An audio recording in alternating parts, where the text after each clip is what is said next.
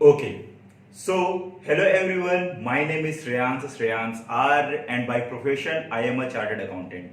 आज से हम लोग हमारी क्लास 12th की फंडामेंटल ऑफ पार्टनरशिप के स्टार्ट करने वाले हैं। हम लोग ये चैप्टर बहुत ज्यादा बड़ा चैप्टर है और आपके एग्जामिनेशन में भी अच्छा खासा वेटेज ये रखता है। लगभग 35 से 40 मार्क का इस पर्टिकुलर चैप्टर से आता है और इस पर्टिकुलर चैप्टर का मतलब पार्टनरशिप से कह रहे हैं, ये फंडामेंटल से नहीं। बट फंडामेंटल आपका बेस क्रिएट करेगा कि आपके अगले चैप्टर किस तरीके से होंगे और उसमें जो मेन कंसेप्ट है वो सारे के सारे इस चैप्टर से ही स्टार्ट होंगे। तो आज से हम लोग हमारी फंडामेंटल ऑफ पार्टनरशिप को स्टार्ट करेंगे और ईच एंड एवरीथिंग मैं आपको इसमें कवर कराऊंगा अलोंग विद द क्वेश्चन। ऐसा नहीं होगा कि क्वेश्चन के लिए मैं केवल यहाँ कंसेप्ट करा दूं और क्वेश्चन ना कराऊं। लगभग 3 से 4 क्वेश्चन हम लोग एक ऐसा कॉम्प्रिहेंसिव क्वेश्चन लेंगे जिसमें आपका सारा का सारा कंसेप्ट क्लियर हो जाए। तो फिर चलिए हम लोग इस चैप्टर को स्टार्ट करते हैं आज से। ओके, इस पर्टिकुलर चैप्टर का नाम है हमारा फंडामेंटल ऑफ पार्टनरशिप। पार्टनरशिप एक ऐसा वर्ड नहीं है जो आपके लिए बहुत कंफ्यूजिंग हो या आपने लाइफ में पहली बार सुना हो। पार्टनरशिप वर्ड को हम लोग क्या करते हैं, पार्टनरशिप वर्ड को हम लोग क्या करते हैं कि नॉर्मल जीवन में भी हम लोग यूज करते रहते हैं। जैसे कि अगर कहीं आपके घर में आपका कोई बहुत अच्छा फ्रेंड है, वो बार बार आता जाता रहता है आपके घर में, तो फिर कोई देख के आपको भी क्या बोलता है कि ओए हीरो तेरा पार्टनर कहाँ है। तेरा पार्टनर का मतलब क्या, आपके फ्रेंड के बारे में बात होती है।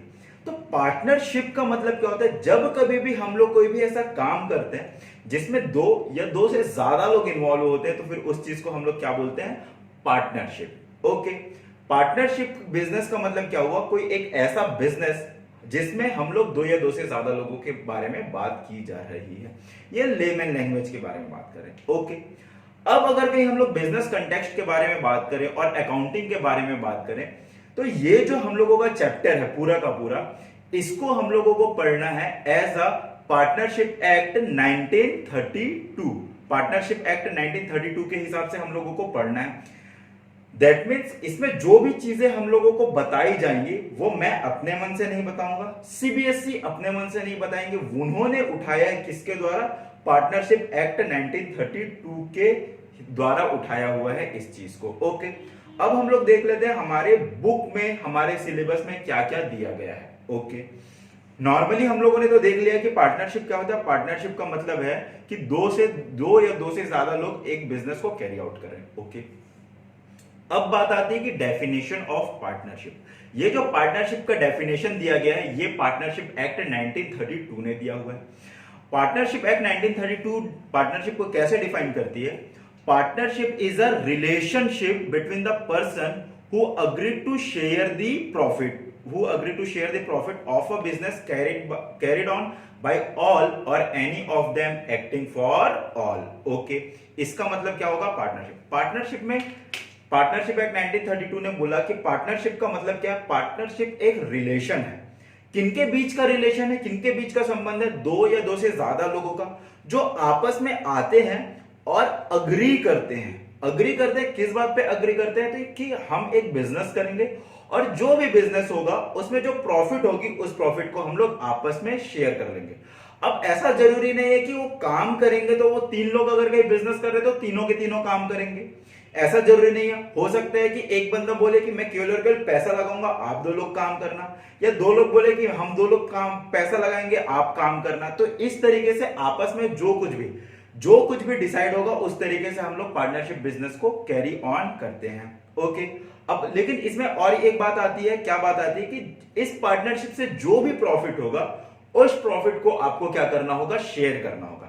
शेयर किस में करेंगे, क्या बाहर वालों के साथ, नहीं, बाहर वालों के साथ नहीं, हम जो प्रॉफिट होगा उसको ऑनर यहां पर कौन कौन है, जो 3 लोग अपने इस बिजनेस को कैरी ऑन करने के लिए क्या किए हुए हैं, एग्री किए हुए हैं उनके साथ।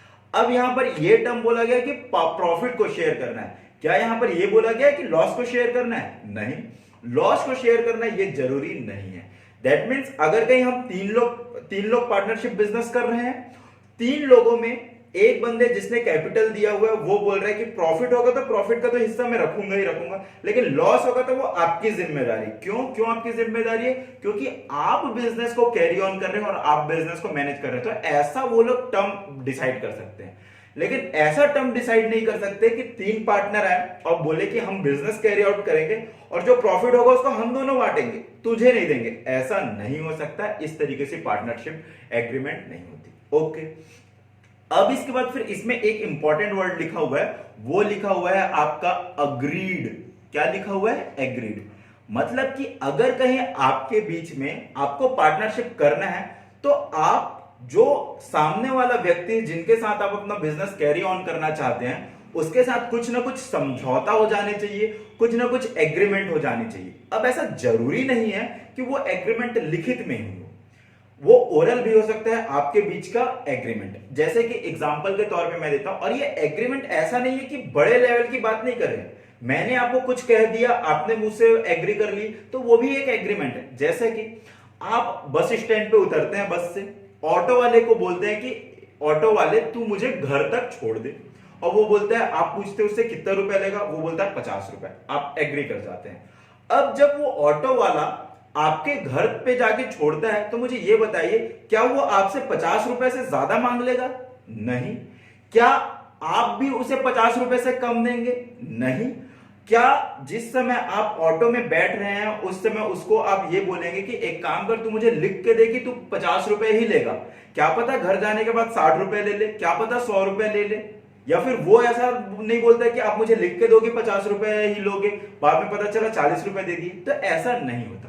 तो इसलिए इन जनरल हम लोग एक भले लोगों की बात कर रहे हैं, अच्छे लोगों की बात कर रहे हैं, जिनका नियत किसी को नुकसान पहुंचाना नहीं है। तो हम ऐसे बिजनेस में हम हमेशा ये मान के चलेंगे कि जो एग्रीमेंट होता है वो एग्रीमेंट सही होगा और उस चीज को फॉलो किया जाएगा।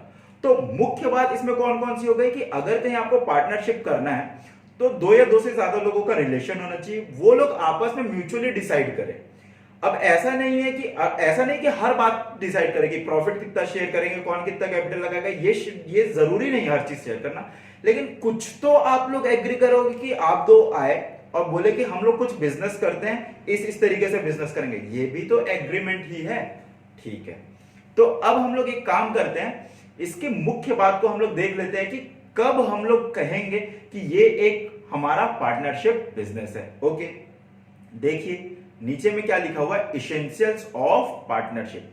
पार्टनरशिप मतलब एक बिजनेस को कब हम लोग पार्टनरशिप बोलेंगे ये पूछ रहे हैं 1932 एक्ट के हिसाब से। देखिए, अगर आप कोई एक अकेला बिजनेस कर रहे हैं तो क्या आप ये बोलेंगे कि ये पार्टनरशिप है? नहीं। तो कम से कम जो बिजनेस करने वाले होने चाहिए वो कितने होने चाहिए? 2 बिजनेस करने वाले होने चाहिए। अब मुझे ये बताओ, क्या ज्यादा से ज्यादा कुछ भी कितने भी नंबर ऑफ लिमिट हो सकते हैं क्या? नहीं।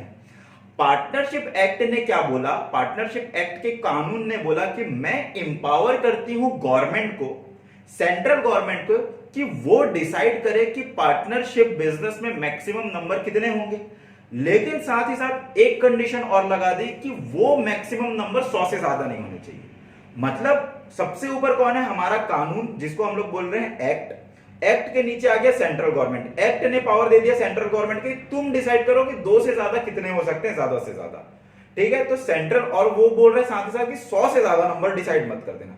तो सेंट्रल गवर्नमेंट ने डिसाइड किया कि अगर कहीं आपको पार्टनरशिप फॉर्म में अपने बिजनेस को कैरी आउट करना है तो मैक्सिमम आप 50 से ज्यादा मेंबर नहीं रखोगे, 50 से ज्यादा पार्टनर नहीं रखोगे उसमें, नहीं तो खिचड़ी हो जाती है। लेकिन आप बोले कि सर मुझे तो एक ऐसा बिजनेस करना है जिसमें ऑनर मुझे 50 से ज्यादा की जरूरत है, तो उस केस में आप अपने बिजनेस को एज अ कंपनी के फॉर्म में फॉर्मुलेट कर लो। ठीक है, तो आई होप यहां तक की चीजें समझ में आ गई होगी कि कम से कम 2 लोग चाहिए किसी पार्टनरशिप बिजनेस को करने के लिए, और ज्यादा से ज्यादा 50 लोग होंगे। ओके, दूसरी बात, जब 2 से ज्यादा लोग आपस में आप लोग आए तो आने के बाद अगर कहीं पार्टनरशिप एक्ट 1932 के हिसाब से उस ग्रुप को पार्टनरशिप बोलना है तो आपको बिजनेस कैरी आउट करना होगा। ऐसा नहीं कि आप लोग कोई चंदा इकट्ठा करने के लिए 4-5 लोग कलेक्ट हो गए और बोल रहे हैं कि ये पार्टनरशिप है। नहीं, पार्टनरशिप आपके नजर में होगा, पार्टनरशिप एक्ट 1932 के नजर में वो पार्टनरशिप नहीं है। पार्टनरशिप एक्ट 1932 के हिसाब से वो पार्टनरशिप नहीं है। आप मर्जी चाहे उसको जो बोलो। दैट मीन्स जो बंदे आएंगे, पार्टनर आएंगे, उन लोगों को क्या कैरी आउट करना जरूरी है? बिजनेस कैरी आउट करना जरूरी है। ओके। साथ ही साथ में जैसे कि मैंने आपको बताया था कि जो भी प्रॉफिट होगी उसको पार्टनर्स के अमंग में बांटना भी जरूरी है। भले वो रेशियो कुछ भी हो सकता है। हो सकता है कि 99% आप रखो और 1% दूसरों को दो, लेकिन आपको प्रॉफिट होगा तो उसको देना जरूरी है। लॉस की बात यहां पर नहीं करी गई है। ओके। साथ ही साथ में कहा गया अगर कहीं आपको पार्टनरशिप करना है तो आप दोनों के बीच में म्यूचुअली कुछ ना कुछ एग्रीमेंट होना चाहिए कि आप बिजनेस किस तरीके से करोगे, प्रॉफिट कौन लाएगा, पीएसआर कौन लेगा, क्या कुछ रेम्यूनरेशन देना है, जो पैसा आप लेंगे लगाएंगे बिजनेस में उससे क्या कोई इंटरेस्ट मिलेगा क्या, ये सारी की सारी चीजों को आप लोगों को क्या करना है? समझौता कर लेना है। कुछ चीज छूट गई तो क्या हमारा पार्टनरशिप एग्रीमेंट नहीं होगा क्या? नहीं। आपने मोटे मोटे तौर पे कुछ चीज इकट्ठी कर ली, उस पे समझौता कर लिया, तो हम लोग बोलेंगे कि आपने एग्रीमेंट कर लिया है। ओके। इसके बाद फिर अब जैसे कि दो या दो से ज्यादा लोग आए तो पार्टनरशिप क्रिएट हो गया। वो किसके हिसाब से? हम लोग 32 के हिसाब से, 1932 के हिसाब से तभी मानेंगे जब आपके बिजनेस का ऑब्जेक्ट क्या होगा? लीगल होगा। दैट मीन्स चार लोग हम लोग मिल गए और हम लोग बोले कि हम लोग एक काम करते हैं, लोगों को लूटने का काम करेंगे। तो क्या ये पार्टनरशिप एक्ट 1932 के हिसाब से पार्टनरशिप है? नहीं। आपस में आप भले इसको पार्टनरशिप बोलते रहो, ठीक है। दैट मीन्स आपका उद्देश्य, आपकी ऑब्जेक्टिव क्या होनी चाहिए? लीगल होनी चाहिए। तो 5 इसेंशियल्स हैं अगर कहीं आपको पार्टनरशिप अपने बिजनेस को कहलाना है तो। दो से ज्यादा पार्टनर होने चाहिए, 50 से ज्यादा नहीं होने चाहिए। बिजनेस कैरी आउट करोगे और जो प्रॉफिट होगा उसको पार्टनर्स में बांटोगे और आप लोगों के बीच में कुछ ना कुछ एग्रीमेंट, कुछ ना कुछ समझौता होना चाहिए। और साथ ही साथ में आपको जो बिजनेस कर रहे हो उसकी ऑब्जेक्टिव लीगल होनी चाहिए, इलीगल नहीं होनी चाहिए। ओके। नेक्स्ट हम लोग देखते हैं कि अब बात आती है कि what is partnership agreement. Partnership agreement क्या होता है? मैंने बता दिया था, जो पार्टनर बिजनेस कैरी आउट करना चाहते हैं उन दोनों के बीच का समझौता। ओके। अब इंग्लिश में क्या लिखा हुआ है पार्टनरशिप एक्ट 1932 के हिसाब से हम लोग देख लेते हैं। ये देखिए, partnership agreement is the mutual understanding, आपसी समझौता है, on which people decide to do the legal business to earn the profit. Partnership agreement एक ऐसा समझौता है जिसमें दो लोग म्यूचुअली आपसी समझौते पे आते हैं कि हम एक लीगल बिजनेस कैरी आउट करेंगे ताकि प्रॉफिट अर्न कर पाए। Okay. It may be oral और रिटर्न। पार्टनरशिप एक्ट 1932 ने बोला कि आप जरूरी नहीं कि आप लिखित में ही पार्टनरशिप एग्रीमेंट को रखो। लिखित में रखोगे तो बहुत अच्छी बात है क्योंकि लड़ाई झगड़े होने के चांसेस कम हो जाते हैं। ओके। तो अब इन्होंने बोला कि आप चाहो तो इसको क्या कर रख सकते हो? ओरल भी रख सकते हो और चाहो तो इसको क्या रख सकते हो? रिटर्न भी रख सकते हो। The return and the registered version of the agreement is also called the partnership deed. Okay.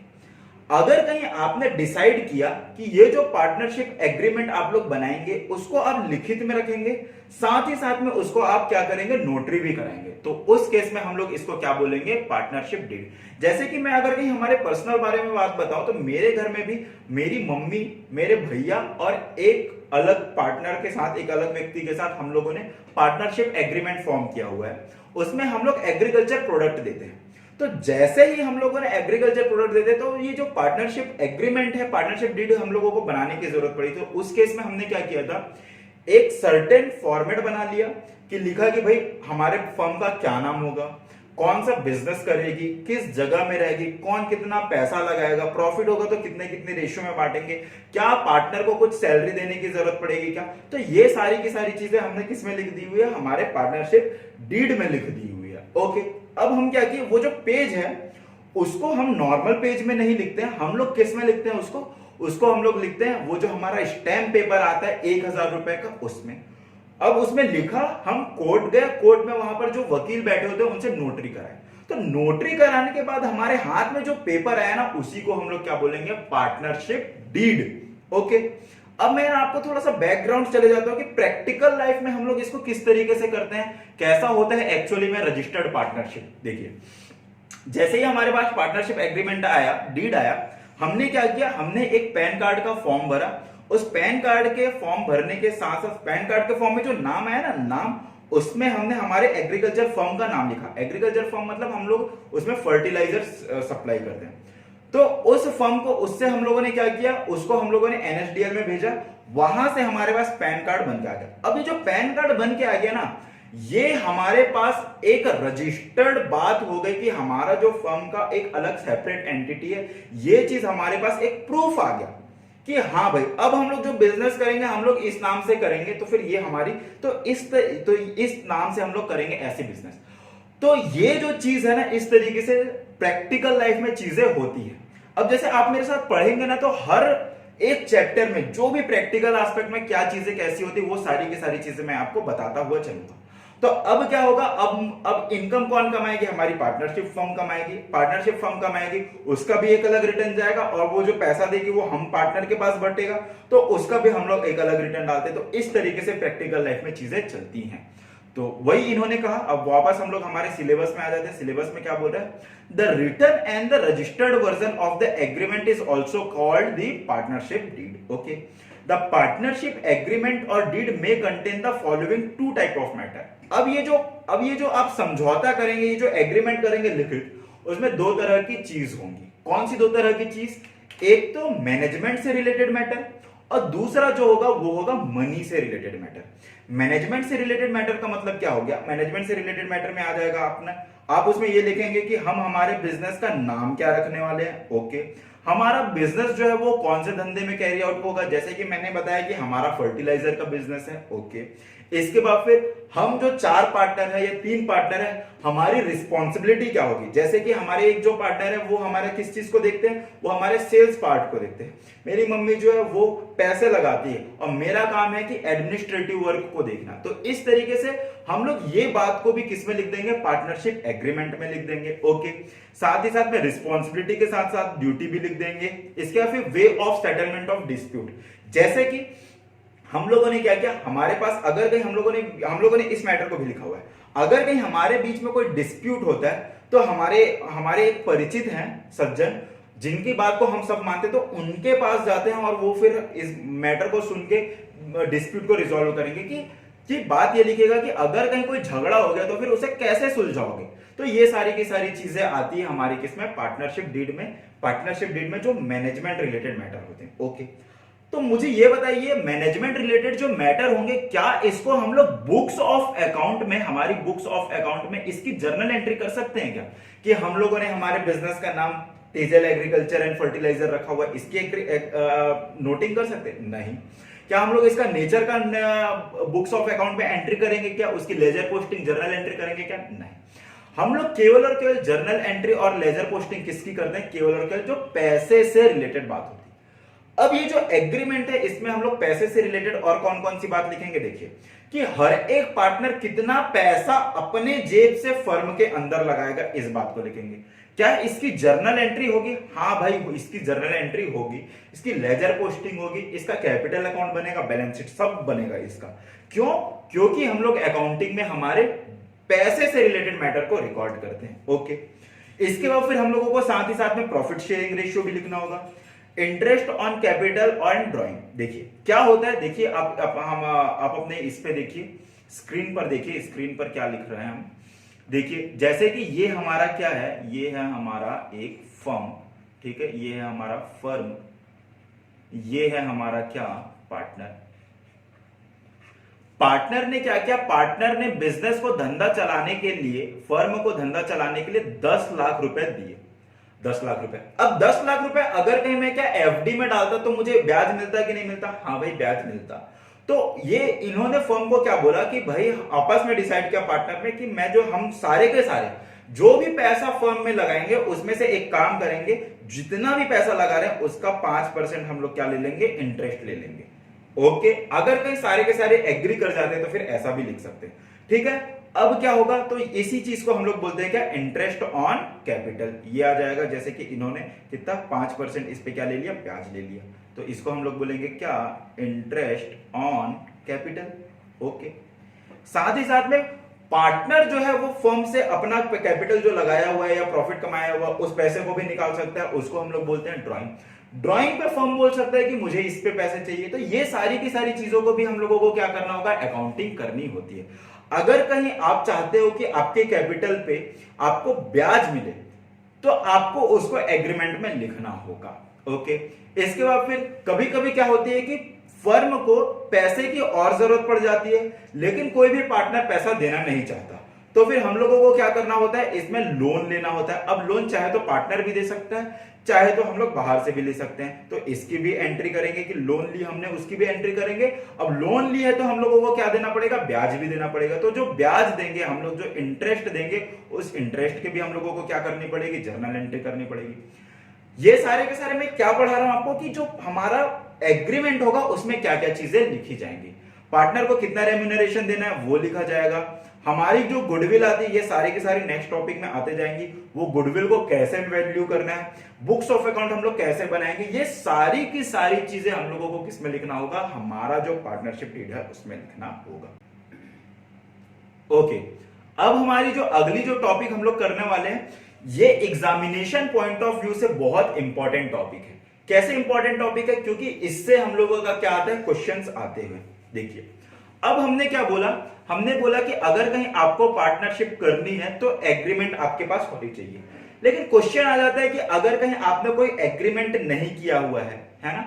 Agreement तो नॉर्मल तौर पे होता ही है। क्यों होता है, क्योंकि आपको अगर कहीं कुछ बिजनेस करना है तो आप सामने वाले से अपना आइडिया तो शेयर करेंगे, या फिर ऐसे ही ऑटोमेटिकली दोनों के दिमाग में एक साथ अलग अलग एक ही ख्याल आ जाएगा और बिजनेस करना स्टार्ट कर देंगे वो भी साथ में। ऐसा नहीं होगा।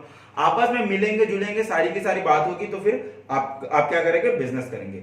लेकिन क्वेश्चन यहां पर क्या बोल रहा है कि जो अकाउंटिंग मैटर है उस पर आपने क्या किया हुआ है, एग्रीमेंट नहीं किया हुआ है। जैसे कि कौन कितना कैपिटल डालेगा, वो तो कैपिटल डालेंगे तो पता चल ही जाएगा, भले आप एग्री करें या फिर नहीं करें। लास्ट डेट में हम लोग निकाल लेंगे कि कैपिटल कितना डाला हुआ है। लेकिन आपने क्या हुआ है, ऐसा एग्रीमेंट नहीं किया हुआ है कि कैपिटल पे कितना परसेंट इंटरेस्ट मिलेगा। जो हम लोग ड्राइंग करेंगे, पैसा हम लोग अपने पर्सनल पर्पस के लिए निकालेंगे, उस पे कितना परसेंट पार्टनर को, फर्म को ब्याज देना पड़ेगा। तो ये सारी की सारी बात अगर कहीं आपने नहीं लिखी हुई है, आपने ये भी नहीं लिखा हुआ है कि जो प्रॉफिट होगा उसको किस रेशियो में बांटेंगे, तो उस केस में पार्टनरशिप एक्ट 1932 ने आप लोगों को कुछ रूल बता के दे दिया है कि आपको ये सारी की सारी चीजें फॉलो करनी होंगी। ओके, इसमें सबसे पहला पॉइंट इन्होंने क्या बोला है, अगर कहीं आपने पार्टनरशिप का एग्रीमेंट नहीं बनाया हुआ है, आपसी एग्रीमेंट नहीं हुआ है, तो उस केस में जो भी प्रॉफिट होगा वो आपके इक्वल रेशियो में बटेगा। इक्वल रेशियो में, जैसे कि 3 पार्टनर है हमारे, कौन कौन पार्टनर है, ए, बी और सी। ए ने 10 लाख रुपए लगाया है, बी ने 5 लाख रुपए लगाया है, सी ने मात्र 2 लाख रुपए लगाया। और अगर कहीं प्रॉफिट हमारी हो जाती है कितनी, 1 लाख रुपए की, तो ए ऐसा नहीं बोल सकता क्योंकि मैंने ज्यादा पैसा लगाया है तो मुझे ज्यादा प्रॉफिट का शेयर चाहिए। बी ऐसा नहीं बोल सकता कि मैंने सी से ज्यादा प्रॉफिट कैपिटल लगाया है, पैसा लगाया है, तो उससे ज्यादा प्रॉफिट चाहिए। और सी तो बोलेगा कि भाई मुझे तो ज्यादा प्रॉफिट दो। तो इस केस में क्या बोला गया, अगर आपने एग्रीमेंट नहीं किया है तो उस केस में आपको ये जो प्रॉफिट है वो किस रेशियो में बटेगा, वो इक्वल रेशियो में बटेगा। That means 1:1:1। That means 1 lakh रुपए को आप 3 बराबर हिस्से में बांटेंगे, 33,333, और वो सबके सब में एबीसी में बढ़ जाएगा। ओके, अब क्या बोल रहे हैं, जैसे कि मैंने बताया आपको, फर्म को कभी कभी पैसे की जरूरत पड़ जाती है और कोई भी पार्टनर अपना कैपिटल नहीं डालना चाहता। कैपिटल क्यों नहीं डालना चाहता, क्योंकि कैपिटल डाला है तो उस पर ब्याज मिलेगा, ये कोई गारंटेड नहीं है ना। आपको उस पे किस बात का हक है, आपको उस पे हक है प्रॉफिट मिलने का। जब प्रॉफिट कंपनी कमाएगी, आपकी फर्म कमाएगी, तो उस केस में आपको प्रॉफिट मिलेगा।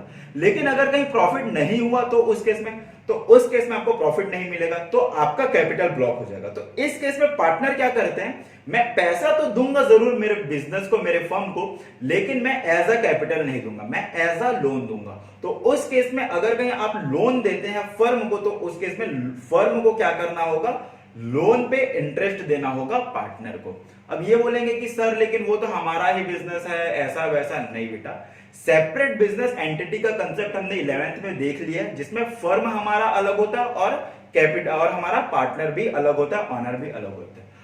अगर कहीं आपने कोई भी एग्रीमेंट नहीं किया, अगर आपने एग्रीमेंट कर लिया कि जो लोन देगा उस पर 10% ब्याज मिलेगा, तो आपको 10% ब्याज देना ही है। लेकिन अगर कहीं कोई एग्रीमेंट नहीं हुआ है तो फिर उसमें आप लोगों को क्या करना पड़ेगा, 6% ब्याज देना पड़ेगा। ओके, 6% ब्याज देना पड़ेगा, ना तो इससे ज्यादा ना तो इससे कम। किस केस में? एग्रीमेंट हुआ है। अगर आपने एग्रीमेंट नहीं हुआ है, एग्रीमेंट अगर कहीं आपने कर लिया है तो कोई दिक्कत की बात नहीं। आप 5% बोलेंगे 5% मिलेगा, नहीं बोलेंगे तो नहीं मिलेगा। ओके, अब इसके बाद फिर आता है क्या? Interest on capital. Interest on capital is not allowed. Okay, अगर कहीं आपने कोई एग्रीमेंट किया हुआ है कि जो कैपिटल लगाए हैं उस पर हमको ब्याज मिलना चाहिए, तब तो ब्याज मिल जाएगा। लेकिन कोई एग्रीमेंट नहीं किया हुआ है तो आपको कोई ब्याज नहीं मिलेगा। क्यों कोई ब्याज नहीं मिलेगा? क्योंकि आप अपने धंधे पे अपना पैसा लगाकर कोई एहसान नहीं कर रहे हो। उसके बदले में आपने जो कैपिटल लगाया है उसके बदले में आपको क्या भी मिलने वाला है? प्रॉफिट मिलने वाला है, और वो प्रॉफिट आप लोगों को क्या बढ़ जाएगा। तो इसलिए पार्टनरशिप एक्ट 1932 ने ये बोला कि अगर आपने एग्रीमेंट नहीं किया हुआ है तो आपको उस कैपिटल पे इंटरेस्ट नहीं मिलेगा, है ना, उस पे आपको ब्याज मिलेगा। आपको इंटरेस्ट चाहिए तो एग्रीमेंट कर लो। सिमिलरली जब मैं फर्म को पैसा दे रहा हूं, फर्म मुझे इंटरेस्ट नहीं दे रहा है, तो वैसे ही मैं अपने फर्म से पैसा निकाल रहा हूं, मेरा हक का पैसा ड्रॉइंग, तो उस पे भी फर्म क्या है? फर्म के पास अधिकार नहीं है कि वो क्या ले? इंटरेस्ट ले। अगर आपने एग्रीमेंट नहीं किया, एग्रीमेंट किया तो जो मर्जी लिखोगे वो सारी की सारी चीजें फॉलो होगी। अच्छा, अब इसके बाद फिर क्या कोई रेम्यूनरेशन या फिर सैलरी मिलने वाली है? जैसे कि 4 पार्टनर है, 2 पार्टनर क्या बोलते हैं? 2 पार्टनर ने पैसा लगाया और 2 पार्टनर क्या बोल रहे हैं? मैं काम करूंगा। अब ये पार्टनर क्या बोल रहे हैं? जो मैं काम करूंगा इसके बदले में मुझे सैलरी तो दो। तो सिमिलर बात, आप अपने धंधे में काम करके कोई एहसान नहीं कर रहे हो भाई। आप धंधे में अच्छे से काम करोगे, आपका प्रॉफिट बढ़ेगा, आपकी प्रॉफिट बढ़ेगी तो फिर आपको उस पर 1 शेयर मिलेगा, वो बढ़ के मिलेगा। तो भाई आपको अधिकार नहीं है। अधिकार आपको किस पे है पता है? आपको अधिकार है आपने जो लोन दिया हुआ है उस पर इंटरेस्ट मिलने का। कैसे अधिकार है? जैसे कि आपके फर्म को पैसे की जरूरत है, वो अगर आपसे नहीं लेता, किसी और से लोन ले लेता, तो क्या उस व्यक्ति को अपना इंटरेस्ट देता? हाँ भाई देता। सिमिलर तौर पे दैट मींस उसकी लायबिलिटी तो होती ही इंटरेस्ट देने की। ओके, सिमिलर तौर पे मैं अगर फर्म को लोन नहीं देता, किसी और व्यक्ति को देता लोन, तो क्या वो मुझे ब्याज देता? हाँ भाई मुझे ब्याज देता। दैट मींस मेरा अधिकार है ब्याज लेने का। हाँ भाई मेरा अधिकार है ब्याज लेने का। तो यहां पर दोनों तरफ से फर्म की लायबिलिटी भी है, फर्म की जिम्मेदारी भी है ब्याज देना, और मेरा अधिकार भी है ब्याज लेने का। तो इसलिए हम लोगों का क्या है कि लोन पे आपको इंटरेस्ट मिलने का अधिकार है, वो भी कितने परसेंट का? 6% का। तो ये सारी की सारी चीजों को आपको फॉलो करनी होगी अगर कहीं आपका एग्रीमेंट नहीं हुआ। मान लेते हैं एग्रीमेंट हुआ है, उस एग्रीमेंट में किस किस चीज के बारे में बात कर दी गई है? इसमें बात कर दिया गया कि प्रॉफिट का शेयरिंग रेशियो इन्होंने दे दिया हुआ है, ठीक है। इंटरेस्ट ऑन लोन भी इन्होंने अपने मर्जी से दे दिया, 10% दिया तो 10%, लेकिन इंटरेस्ट ऑन कैपिटल के बारे में बात नहीं किया गया। तो उस केस में आप लोगों को इंटरेस्ट ऑन कैपिटल ये अलाउ नहीं करना है, इंटरेस्ट ऑन ड्रॉइंग अलाउ नहीं करना है। रेम्यूनरेशन अगर के बारे में उन्होंने बोला हुआ है कि हर पार्टनर को हम रेम्यूनरेशन देंगे, तो रेम्यूनरेशन दे दो। इसका मतलब जो पॉइंट आपने एग्रीमेंट में लिख दी उसको फॉलो करो, और जिस पॉइंट के लिए आपको एग्रीमेंट नहीं लिखा हुआ उस पॉइंट को आप यहां से ले लोगे। ओके, दैट मींस एग्रीमेंट नहीं हुआ है तो 2 ही चीज आपको ध्यान रखना है, एक तो प्रॉफिट इक्वल शेयर होगा, और दूसरी बात लोन आपका क्या होगा? 6% ब्याज दिया जाएगा। जाने से पहले एक बात मैं आपको बता देता हूं, ये जो वीडियो हम लोग बनाते हैं, इस वीडियो को बनाने के लिए हम लोगों को, भले आपके पास आधे घंटे में ये वीडियो पहुंच जाती है, लेकिन हमको बनाने में लिटरली में 3 से 4 घंटा लग जाता है, अपार्ट फ्रॉम द एडिटिंग करने में और समय लगता है, क्योंकि इसको ड्राफ्ट करते हैं हम लोग, पहले रिवाइज करते हैं किस तरीके से किस लैंग्वेज में आपको बताना है। साथ ही साथ में मेरी हमेशा कोशिश रहती है कि आपको सारा का सारा जो प्रैक्टिकल नॉलेज है वो दूं। तो मुझे कब बेनिफिट होगा? मुझे बेनिफिट होगा जब इसमें व्यूज अच्छे आएंगे, मैं मोटिवेट होऊंगा, तब जाके और ज्यादा वीडियो बनाऊंगा। इसलिए इस वीडियो के लिए हम लोग लाइक की टारगेट रख रहे हैं, कम से कम 100 लाइक्स इस वीडियो पर करिए, ताकि ये YouTube इसे और लोगों तक रिकमेंड करे और हम थोड़ा और ग्रोथ करें। तब तक के लिए थैंक यू सो मच बच्चों, मिलते हैं हम लोग हमारे नेक्स्ट लेक्चर पे।